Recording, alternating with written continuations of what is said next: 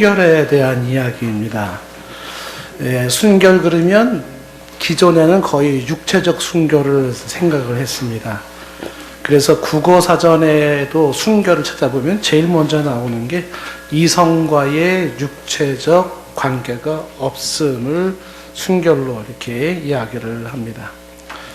그렇게 순결을 육체적 순결만 생각하다 보니까 반론이 굉장히 많이 나왔죠. 보통 이 순결을 여성들에게만 요구했던 것이 전해져 내려왔던 전통이었기 때문에, 그래서 이제 여성 운동가들 중심으로 해서 이런 비합리적이고 구시대적인 발상은 없어져야 된다는 움직임이 굉장히 강했습니다. 기록에 보니까 1983년도부터 학생들 교과서에 순결이라는 단어조차 이미 빠졌다라고 이야기를 합니다. 이 순결의 문제가 육체적 순결 문제로 얘기했을 때 이 문제가 가정의 파탄 원인이 되기도 하고, 그리고 무엇보다도 많은 여성들의 인생에 주홍 글씨 딱지를 붙였던 이야기이기도 합니다. 이것이 얼마나 부조리한 것인지 주홍 글씨라고 하는 나다는 호손의 이야기에서도 강조하고, 테스라고 하는 소설에서도 이런 부정성을 이야기를 합니다. 이 문제가 극단적인 선택을 하게 하기도 하고 또 심한 방황을 하기도 하는 그런 일이 있었습니다. 남성들에게도 여전하게 이런 문제로 고민을 하고 심들을 하기도 하는데, 그러나 남성에 비해서는 여성이 훨씬 더 가혹했다라는 평가를 받습니다. 자, 그러면서 요즘 들어서 순결 얘기하면 이거는 굉장히 구태의연한 얘기가 돼버렸고요. 그 다음에 도대체 이게 뭐가 순결이냐라고 하는 그 순결에 대한 근본적인 질문을 갖게 됩니다. 좀 전에 얘기했던 국어사전적인 의미로 육체 관계가 없는 그 순결이라고 한다 그러면, 이렇게 한번 생각해 볼 수가 있다는 거죠. A라는 사람이 있는데 이 사람은 타인과 육체 관계는 없어요. 그런데 유사 성행위를 참 많이 해요. 혹은 생각이나 마음이 음란으로 가득 차 있어요. 이 사람은 순결한 사람일까 아닐까? 단순한 국어사전적 결론을 내린다면 순결하죠. 왜? 육체관계를 안 가졌으니까. 그런데 과연 그걸 순결하다고 할 수 있을까? 반대의 경우도 있을 수 있겠죠. 원하든 원치 않든 육체관계는 가졌지만, 그러나 마음과 생각이 음란하지 않고 무분별하게 삶을 살지 않는 사람이 있다면 이런 사람들은 순결하지 못한 사람이냐, 이렇게도 반문할 수가 있습니다. 그래서 나오는 이제 질문이 육체적 순결이 중요합니까? 정신적 순결이 중요합니까? 이런 질문이 나오기도 합니다. 순결의 종류가 많이 있죠. 육체적인 순결도 있고 정신적인 순결도 있고, 혹은 삶에서 일상의 순결도 있고요. 그리고 영적인 순결도 있습니다. 오늘 우리가 보고자 하는 성경 말씀은 이 영적인 순결을 이야기하는데, 그 영적인 순결이 좀 전에 얘기했던 육체적 순결이나 혹은 정신적 순결이나 일상의 삶의 순결과 무관하지는 않아요. 사실은 다 연결이 되어 있습니다. 그래서 오늘 하나님께서 말씀을 통해서 영적인 순결을 강조하는 이 대목에서 더불어서 우리는 육체적 순결의 중요성, 그리고 또한 우리 정신적 순결의 중요성, 삶의 순결의 중요성을 생각해 보고자 하는 것입니다. 자, 오늘 말씀 1절 말씀에는요, 나의 어리석은 것을 용납하라고 되어 있는데, 이 어리석인 것이 자랑이에요. 나의 자랑. 이건 다음 시간에 한번 설명을 해야 됩니다. 이 1절만 봐가지고는 왜 이런 얘기를 했는지 설명하기가 쉽지 않은데, 다음에 쭉 이어지는 내용을 보면 왜 나의 자랑을 어리석다고 말하면서 이거를 용납하라고 말하는지는 나중에 설명이 나옵니다. 오늘 말씀은 건너뛰어서 2절로 들어가서 2절에 이런 얘기가 나오죠. 내가 하나님의 열심으로 너희를 위하여 열심을 내는데 내가 너희를 정결한 처녀로 한 남편인 그리스도께 드리려고 중매한다라는 얘기가 나옵니다. 자, 이 부분을 우리가 먼저 주목을 해보는 겁니다. 여기 보면 하나님의 열심으로라고 되어 있고, 그 열심으로 너희를 위한 나의 열심이 있습니다. 그래서 이 열심은 하나님의 열심인데, 그 하나님의 열심이 사도 바울의 열심이죠. 이 글을 쓰고 있는 사도 바울의 열심입니다. 근데 이 열심이 정확한 뜻이 원어 성경어로 보면 질투예요. 젤로우라고 하는 히브리 헬라 단어로 질투입니다. 질투.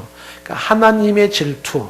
그 질투로 나도 질투하면서 너희에게 말을 하는데 나는 너희를 정결한 처녀로 한 남편인 그리스도께 드리려고 중매한다라고 얘기를 합니다. 순결을 이야기할 때 먼저 이거를 생각하는 거죠. 하나님의 질투입니다. 하나님의 질투. 하나님은 질투하시는 하나님이십니다. 출애굽기 20장 4절 말씀에 우상을 만들지 말라. 그리고 어떤 형상도 만들지 말라. 그런 얘기를 했습니다. 그리고 이어지는 20장 5절 말씀에 뭐라고 말하냐면 그런 우상들에게 절하지 말고 섬기지 말아라. 그러면서 내 하나님 여호와는 질투하는 하나님이다 라고 했고요. 나를 미워하는 자의 죄를 갚겠다. 아버지부터 아들까지 3, 4대까지 즉 아버지부터 아들까지 이 죄를 회개하지 아니하면 그 죄는 계속된다는 걸 말씀하고 있습니다. 하나님의 질투라는 이것은요 굉장히 해석상의 문제가 있을 수 있어요. 왜냐하면 성경은 질투를 죄로 말하고 있습니다. 그래서 하나님도 그러면 질투하면 하나님도 죄 짓는 거냐 이렇게 반문할 수가 있습니다. 여기서 하나님의 질투는 신인, 동성, 동형론적인 표현이라고 얘기를 하는데 그것은 하나님 자체에는 뭐 그런 게 없어요. 그런데 하나님을 인간과 동성, 동형론적으로 간주했을 때 표현할 수 있는 게 뭐냐면 질투하신 하나님이라고 표현할 수 있다는 겁니다.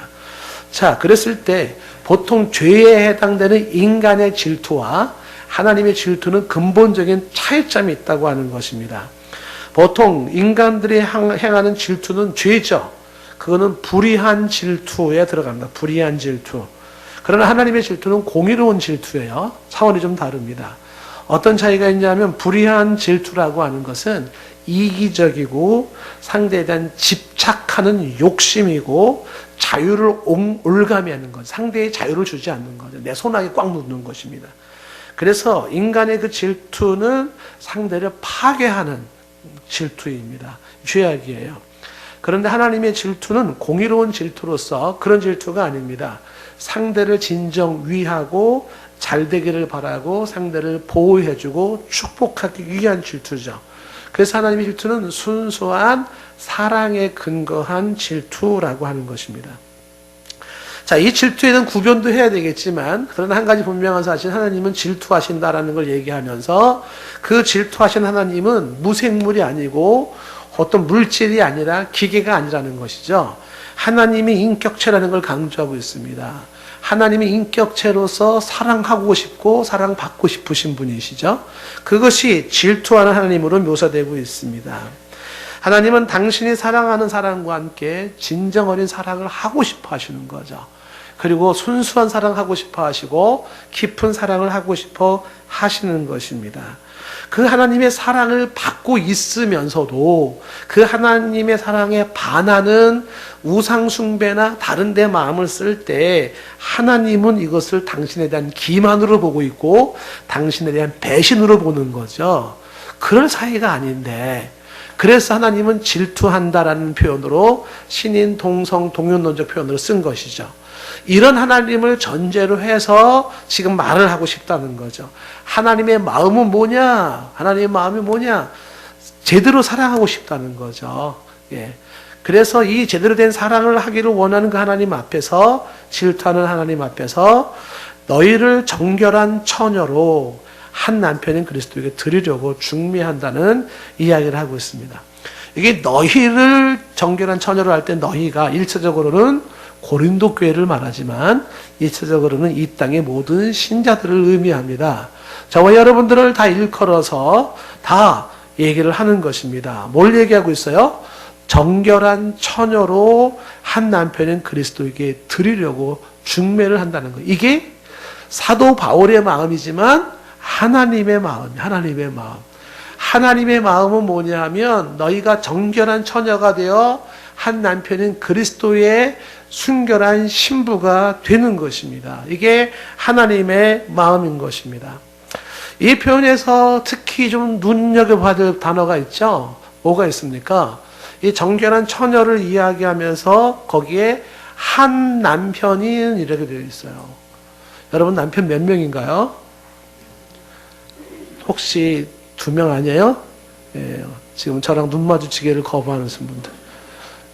그러니까 여러분들은 아이고 당연히 남편이 한 명이지 뭐 두 명이겠어 라고 말할지 모르겠는데, 그런데 대부분의 사람들이, 저는 대부분이라고 말하고 싶어요. 남편이 한 명이 아니에요. 뭔 소리를 하는 거예요, 목사님? 한 명이지. 시중에 떠도는 이야기이기도 하죠. 뭐냐면 남편 따로 있고 애인 따로 있다는 거예요. 야, 남편은 남편이고 애인은 애인이야. 이렇게. 이런 사람은 남편을 둘 두고 있는 거죠. 보여지는 외관상만 남편이 하나라고 하나입니까? 그건 아니죠.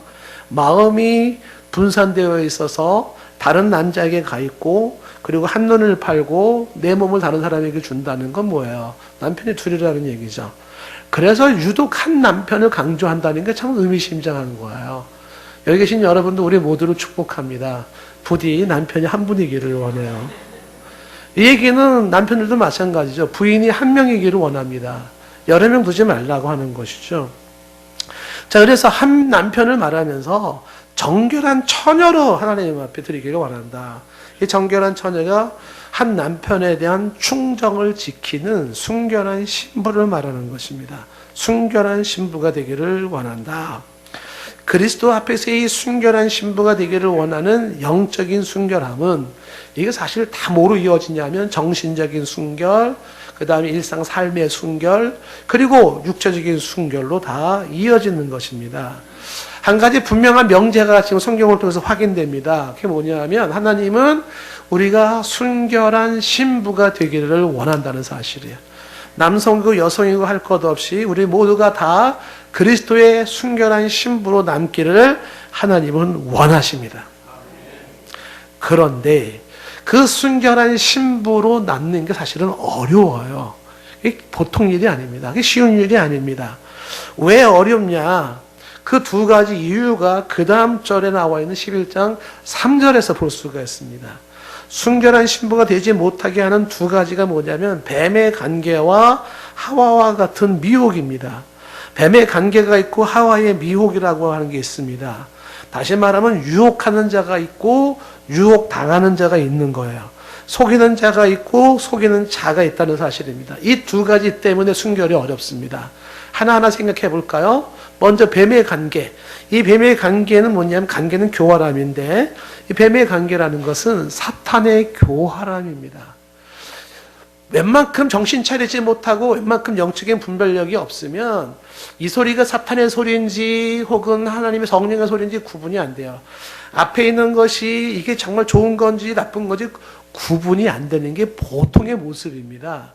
뱀이요, 사탄이 그렇게 호락호락하지 않습니다. 기가 막힌 관계로 속여서 사람들로 하여금 순결하지 못하게 만드는 겁니다. 우리가 많이 보았지만 에베소 2장, 사도행전 20장 29절에 교회에 사나운 이리가 들어온다는 얘기가 있잖아요. 그 이리는 교회 성도 양떼를 아끼지 않아요. 여러분을 아끼지 않습니다. 사탄은 여러분들을 아끼지 않아요. 결코 봐주지 않습니다. 그러면서 30절 말씀에 이 사탄이 어떻게 합니까?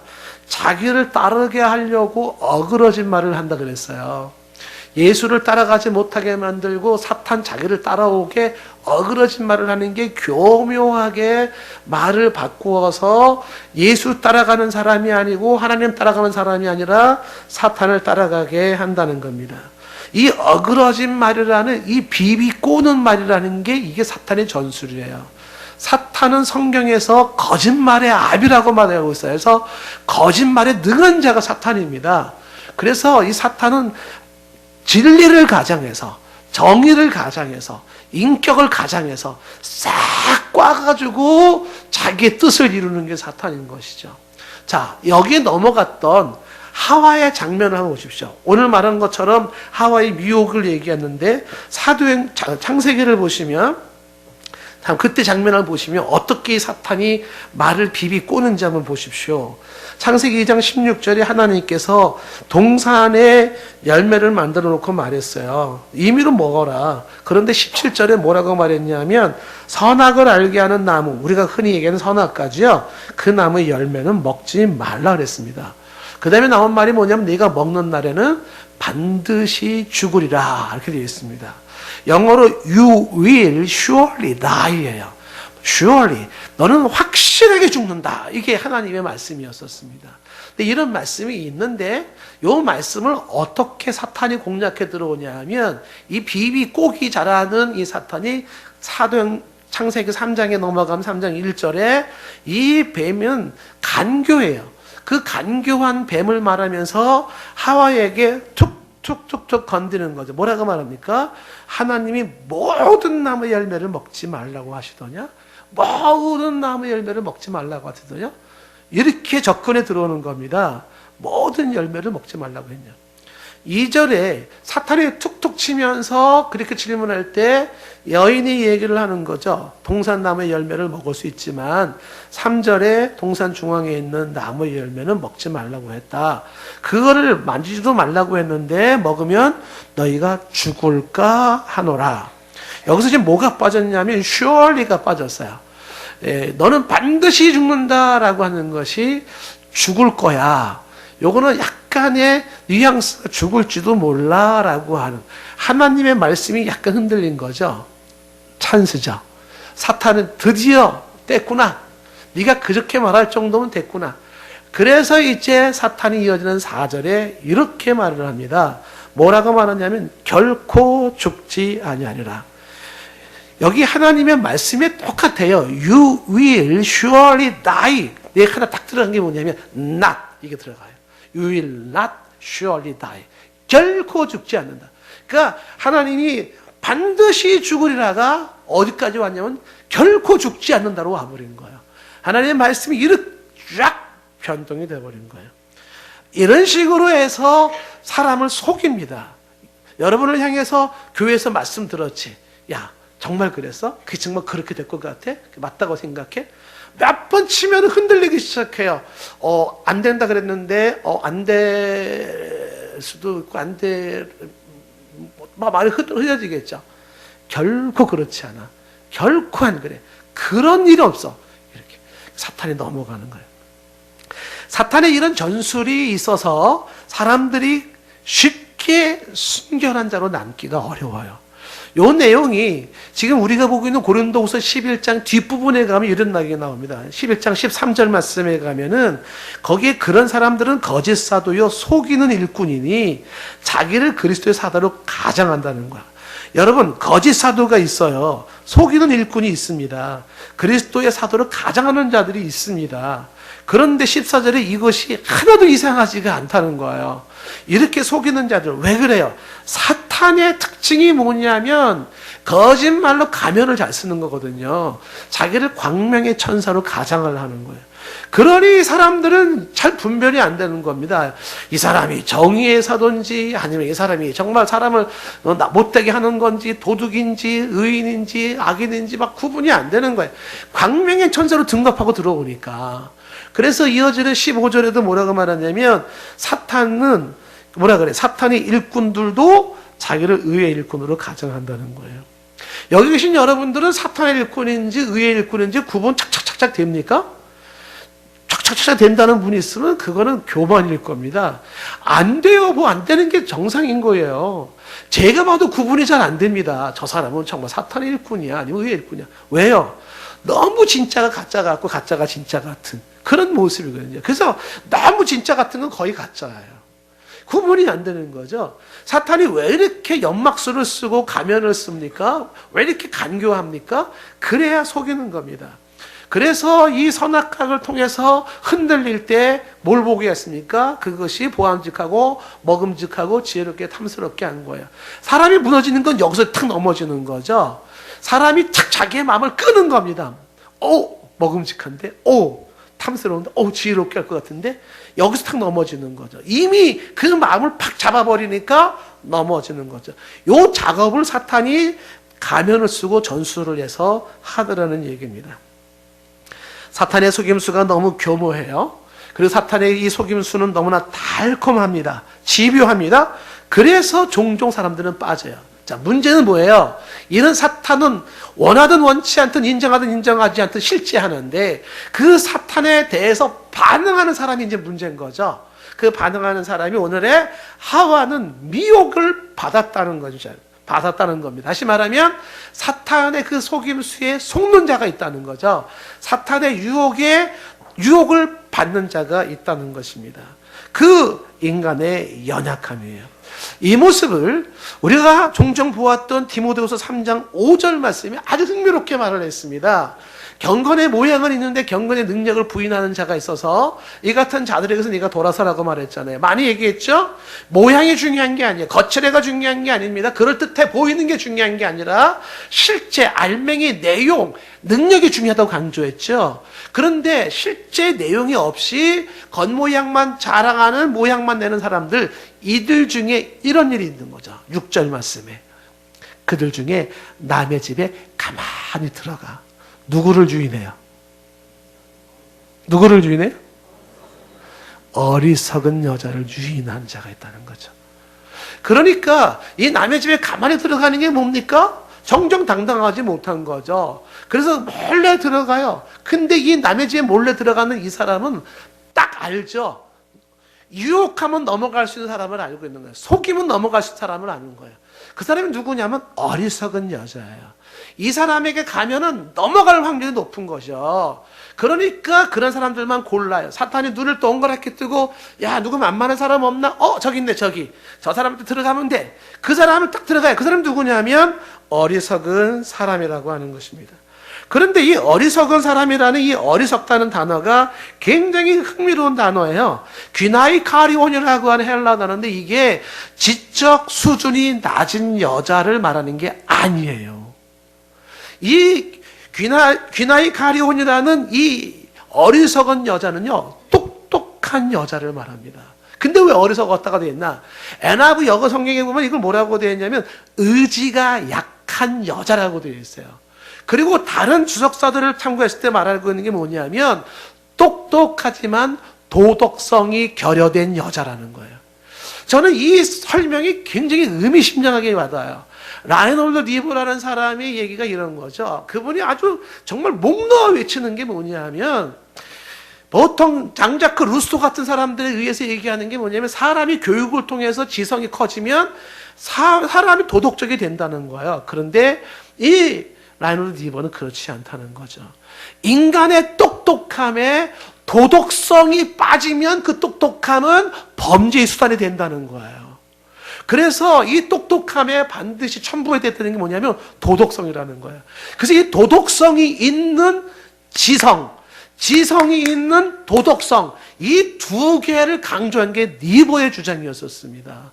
그런데 이 도덕성이라는 게 어떻게 생기는 거냐는 거예요. 리버가 이거를 고민하는 거죠. 문제는 뭐냐 하면 사람이 똑똑해요. 그런데 의지가 약해요. 그리고 도덕성이 없어요. 그런 사람들을 뭐라고 불러요? 어리석은 여자, 사탄의 밥. 그러니까 사탄은 그런 사람에게 들어가는 거죠. 똑똑한 사람, 안 똑똑한 사람이 문제가 아닙니다. 의지적으로 자기를 통제하는가? 혹은 분명한 도덕의식이 있는가? 이거죠. 그게 없다 그러면 사탄이 가만히 찾아 들어가요. 그래서 거기서 넘어지고 유혹에 빠지고 하는 겁니다.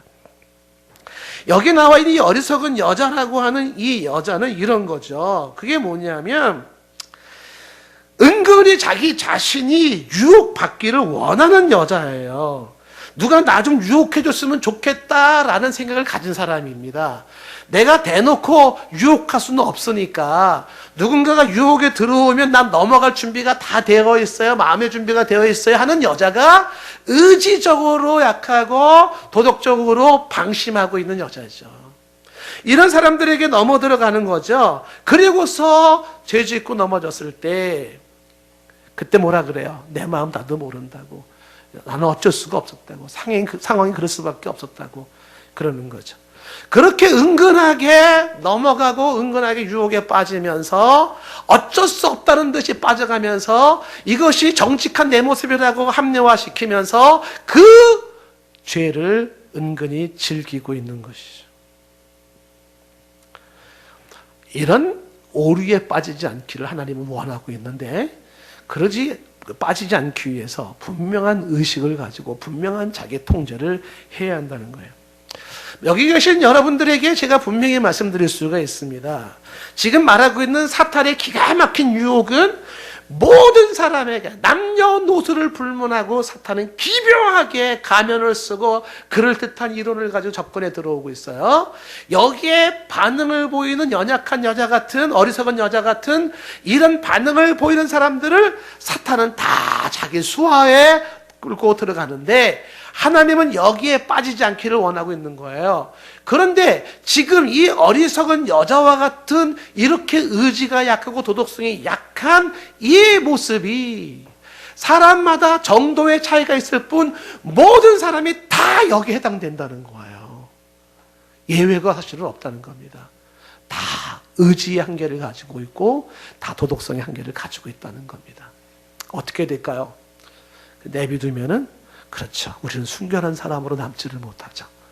그리고 더럽혀진 내 인생이 되는 겁니다. 분명한 의식, 분명한 자기 통제를 강화시키지 않으면 안 됩니다. 확실하게 자기의 의식을 세워놓지 않고 확실하게 자기에 대한 통제를 하지 않으면 넘어가요.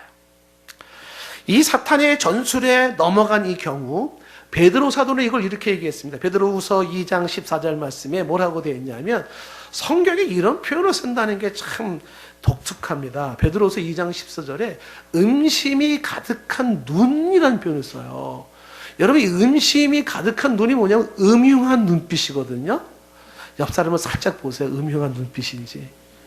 이 음흉한 눈빛이 있다라는 거예요. 이게. 그 음흉한 눈을 가지고 범죄하기를 그치지 아니에요. 그 누가 타겟이에요? 굳세지 못한 영혼이 타겟이는 겁니다. 그걸 유혹하는 겁니다. 이런 자들은 저주를 받을 자들이에요. 굳세지 못한 자들이 이렇게 유혹에 넘어간다. 왜? 그 음흉한 눈빛을 가진 사탄의 교활함이 계속해서 세상적인 사상으로, 이론으로 들어오고 있기 때문에 그런 겁니다. 베드로후서 3장 16절 말씀에도 말하기를, 종말론을 이야기하면서 중간에 뭐라고 말하냐면, 무식한 자들과 굳세지 못한 자들이 성경을 억지로 풀다가 멸망했다라고 말해요. 17절 말씀에도 무법한 자들의 미혹에 이끌려 너희가 굳센 데서 떨어질까 삼가하라. 미혹하는 자들이 있어서 거기서 떨어져 나갈까 조심하라 라고 이야기를 합니다. 자, 그러면 고린도 교회의 이 영적인 순결이 파괴된 장면이 어느 정도인가? 11장 4절에 보니까 이런 말씀이 나오죠. 11장 4절 말씀에, 자 보세요. 만일 누가 가서 우리가 전파하지 아니한 다른 예수를 전파하거나, 혹은 너희가 받지 아니한 다른 영을 받게 하거나, 혹은 너희가 받지 아니한 다른 복음을 받게 할 때 너희가 잘 용납하는구나 그랬어요. 다른 예수가 없어요. 역사적인 그 예수 외에는 없습니다. 근데 예수를 상징적으로 설명할 때 왜 이렇게 예수가 많은지 몰라. 여기도 예수, 이것도 예수, 저것도 예수예요. 그런 거 없단 말이죠. 그리고 다른 영, 다른 성령이 없어요. 다른 복음도 없습니다. 다른 복음도 없어요. 갈라디아서 1장 6절 말씀에 강조하잖아요. 그리스도 예수로 너희를 부르신 이를 이같이 속히 떠나서 다른 복음을 따르는 것을 내가 이상하게 생각해요. 예수 그리스도의 십자가의 복음 외에 다른 걸 따르는 것을 이상하게 생각해요. 7절 말씀 말하지 않습니까? 다른 복음은 없나니 다만 어떤 사람들이 너희를 교란하여서 그리스도의 복음을 변하게 한다는 겁니다.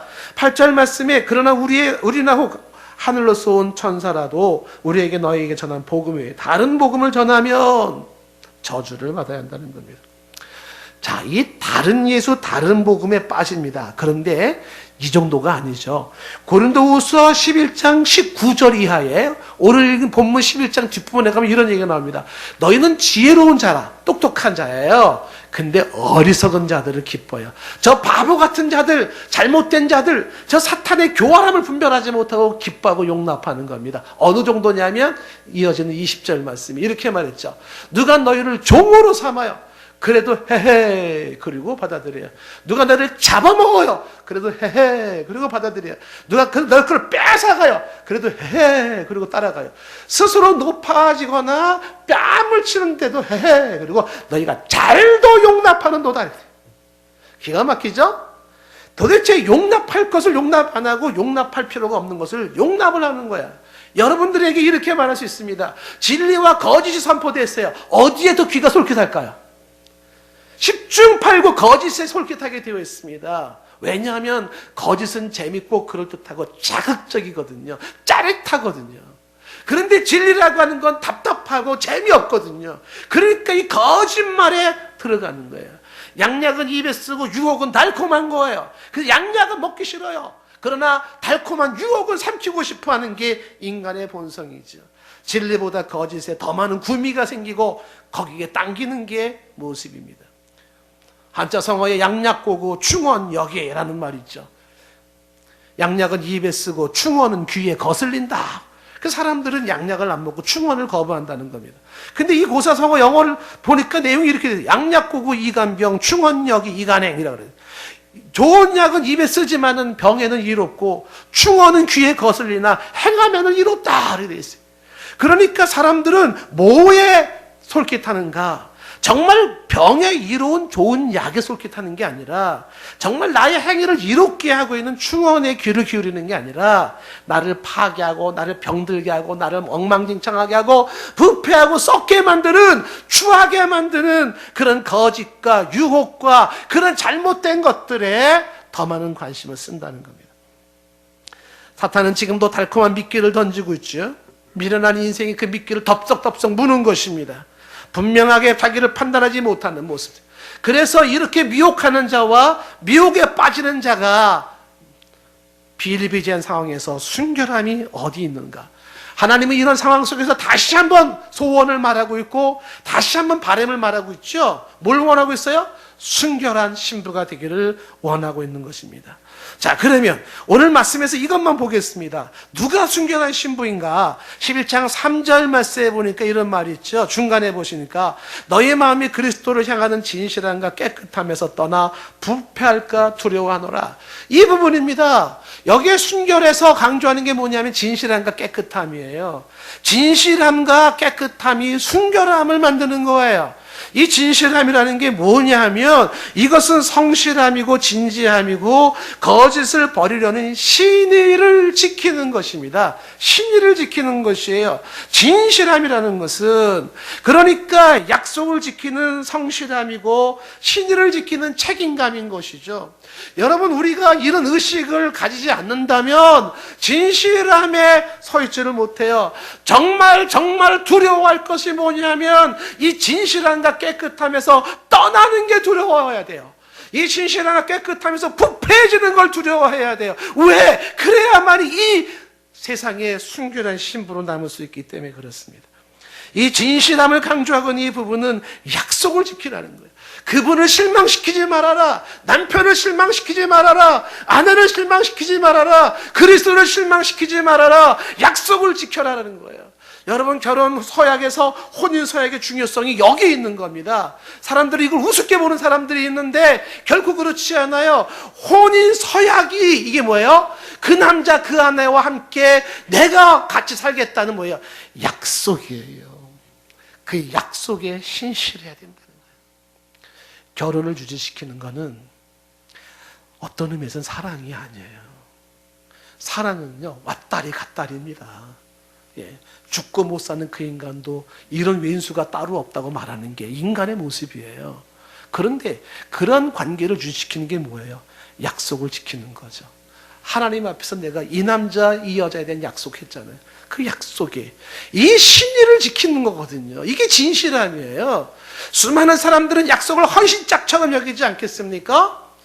특히 여러분, 제가 이런 얘기하면 오해될지 모르겠는데 한국 사람들의 약점이 약속을 못 지킨다는 거예요. 약속을 너무 우습게 여기고 있다는 사실입니다. 이거 아주 고민 많이 해야 돼요. 세계적으로 약속을 너무나 가볍게 바꿔버립니다. 그게 아니에요. 미국 사람들에게는요, 약속 그러면 약속이 promise, 내가 너도 약속해. 이건 굉장히 큰 의미를 가지고 있어요.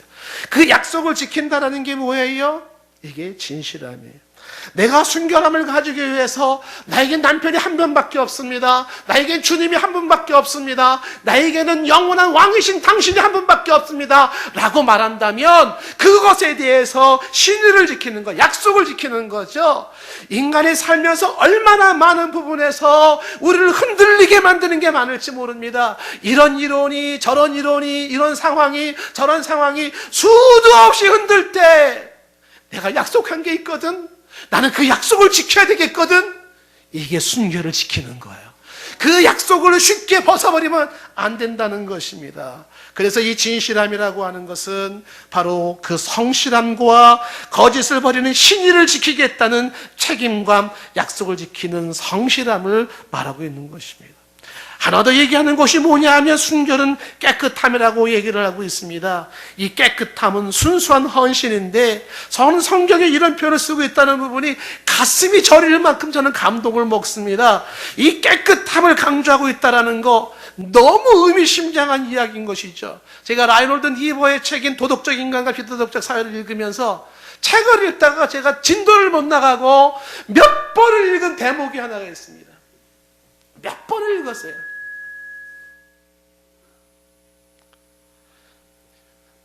400페이지 정도의 책을 전체를 쓰는데 니버가 참 고민해요. 인간의 도덕성이 왜 집단화되고 그리고 이렇게 사회화되어질 때 그 도덕성은 비도덕적으로 바뀌는지에 대한 것을 분석하면서 마지막 373페이지의 그 부분은 아주 힘겨운 소리로 이야기하는데 이런 얘기를 합니다.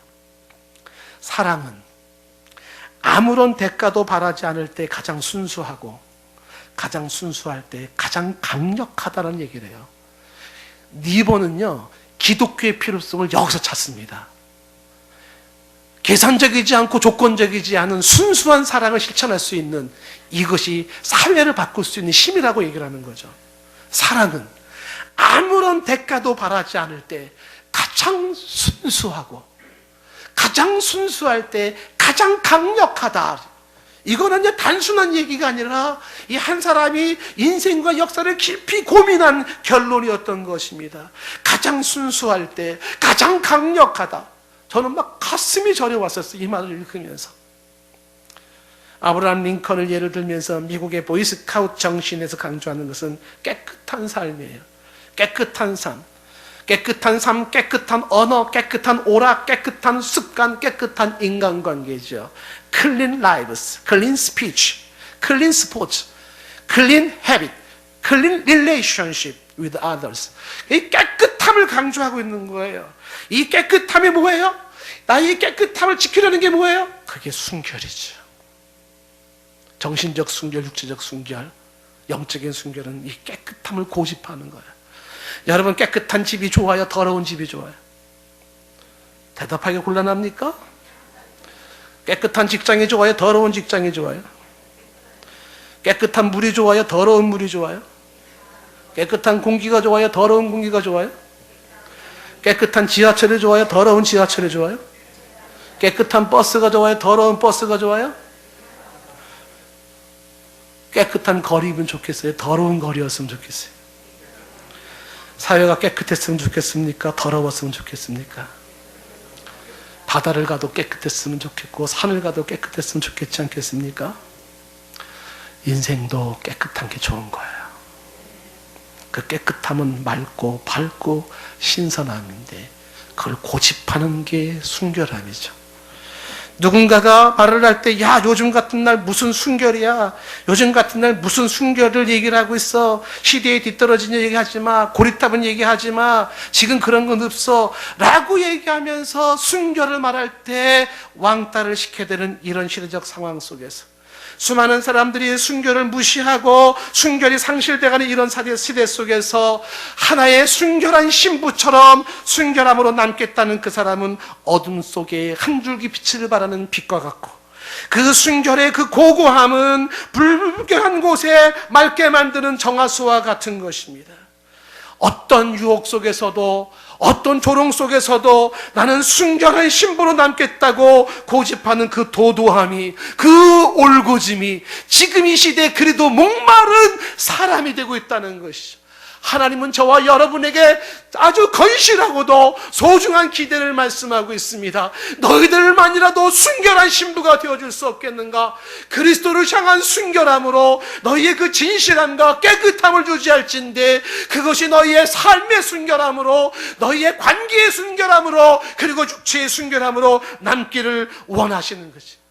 요한계시록 마지막 장에 어린 양의 혼인잔치의 장면이 나와요. 그 어린 양의 혼인잔치에 들어가는 사람은 한 사람이죠. 누구냐면 순결한 신부가 들어가는 거예요. 주와 함께 영원한 잔치에 들어가는 사람은 순결한 신부입니다.